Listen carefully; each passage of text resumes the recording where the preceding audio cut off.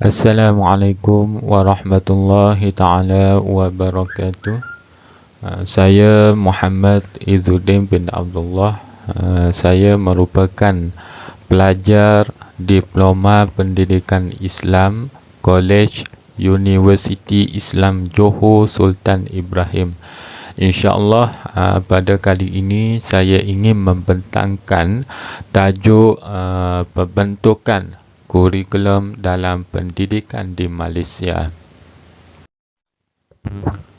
Pengenalan kurikulum. Kurikulum adalah salah satu elemen yang penting dalam sistem pendidikan di Malaysia. Pembentukan kurikulum merupakan proses yang kompleks dan teliti yang melibatkan pelbagai pemangku kepentingan. Di Malaysia, kurikulum dirancang untuk memenuhi kehendak falsafah pendidikan kebangsaan iaitu FPK. Seperti pendidikan di Malaysia adalah satu usaha berterusan ke arah lebih memperkembangkan potensi individu secara menyeluruh dan bersepadu untuk mewujudkan insan yang seimbang dan harmonis dari segi intelek, rohani, emosi dan jasmani berdasarkan kepercayaan dan kepatuhan kepada Tuhan.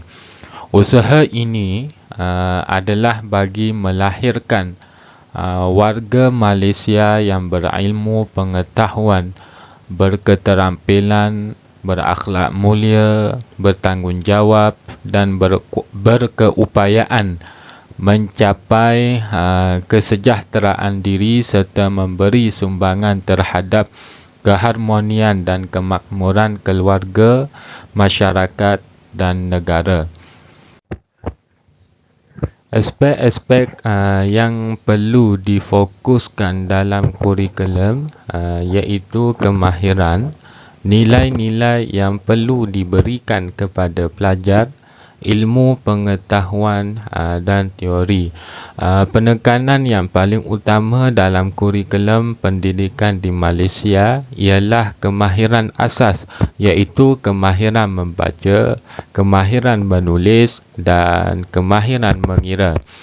Aspek yang terkandung dalam kemahiran asas 3M ialah kemahiran pertuturan, kemahiran pendengaran, kemahiran pembacaan, kemahiran penulisan serta amalan dalam penggunaan 4 operasi matematik iaitu tambah, tolak, darab dan bahagi. Penyerapan nilai-nilai murni juga dilakukan secara menyeluruh melalui semua mata pelajaran. Bagi mata pelajaran agama Islam, pengajaran nilai-nilai murni dijalankan secara khusus. Unsur pengetahuan, kemahiran dan nilai digabungkan supaya wujud kesepaduan dari segi jasmani, emosi, rohani, intelek dan sosial. Ia merangkumi aspek teori dan amali serta nilai murni bagi melahirkan insan yang seimbang.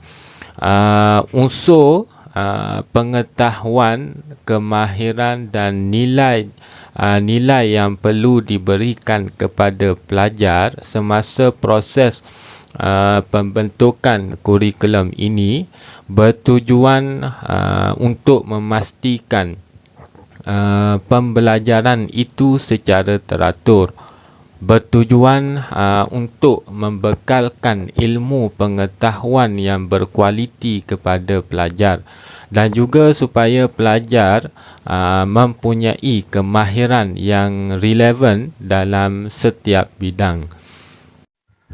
Tahap-tahap pembentukan kurikulum.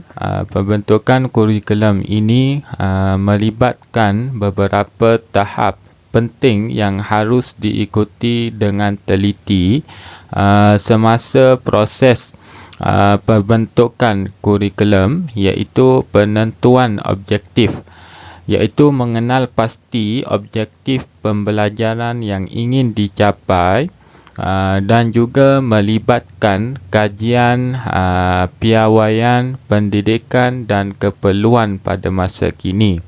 Yang kedua iaitu penyusunan sukatan pelajaran, iaitu penentuan mata pelajaran dan tajuk yang relevan untuk melakukan proses pembentukan kurikulum kepada pelajar. Dan juga mengenal pasti matlamat pembelajaran dan pencapaian yang dicari, iaitu dengan meluaskan pengetahuan, memberi kemahiran asas untuk pelajar-pelajar sekolah, menjadikan pelajar itu lebih berdikari dan bekerjasama. Yang ketiga iaitu pemilihan aktiviti pembelajaran. Guru perlu memilih aktiviti pembelajaran yang sesuai supaya dapat mencapai objektif tersebut, supaya pembelajaran senang difahami oleh setiap pelajar, dan juga melibatkan penyesuaian kurikulum mengikut keperluan pelajar. Yang keempat iaitu penyusunan rancangan pengajaran. Guru perlu menyusun rancangan pengajaran yang melibatkan sukatan pelajaran dan aktiviti pembelajaran, dan menyusun urutan dan jadual pembelajaran. Yang kelima iaitu penilaian. Proses penilaian merupakan komponen penting dalam kurikulum untuk memastikan keberkesanan dan kelancaran pelaksanaan sesuatu kurikulum yang dilakukan. Seterusnya, cabaran dalam pembentukan kurikulum. Proses pembentukan kurikulum tidak terlepas dari beberapa cabaran yang perlu diatasi. Berikut adalah beberapa cabaran utama yang biasanya dihadapi semasa proses pembentukan kurikulum.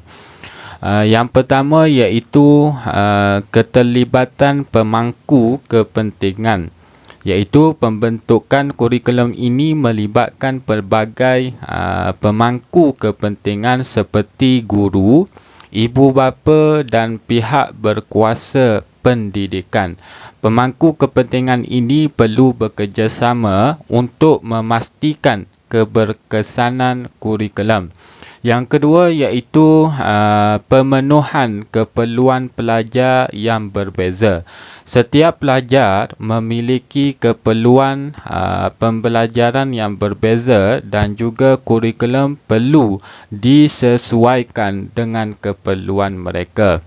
Yang ketiga iaitu kesepaduan nasional dan kepelbagaian budaya. Proses pembentukan kurikulum perlu merangkumi kesepaduan nasional sambil menghormati kepelbagaian budaya yang ada di Malaysia. Yang keempat iaitu perubahan dalam bidang pengetahuan dan teknologi. Perkembangan pesat dalam bidang pengetahuan dan teknologi memerlukan penyesuaian dalam kurikulum agar proses pembentukan kurikulum itu menjadi relevan. Jadi, secara kesimpulannya, proses pembentukan kurikulum adalah proses yang sangat penting dalam memastikan pembelajaran yang berkualiti dan relevan bagi setiap pelajar di Malaysia. Ia melibatkan beberapa tahap penting serta cabaran-cabaran yang perlu diatasi oleh semua pemangku kepentingan. Dengan pembentukan kurikulum yang baik, pelajar dapat memperolehi pendidikan yang sangat berkualiti dan relevan untuk masa depan mereka. Jadi setakat ini sahaja pembentangan saya pada kali ini berkaitan dengan tajuk pembentukan kurikulum dalam pendidikan di Malaysia. Sekian, terima kasih.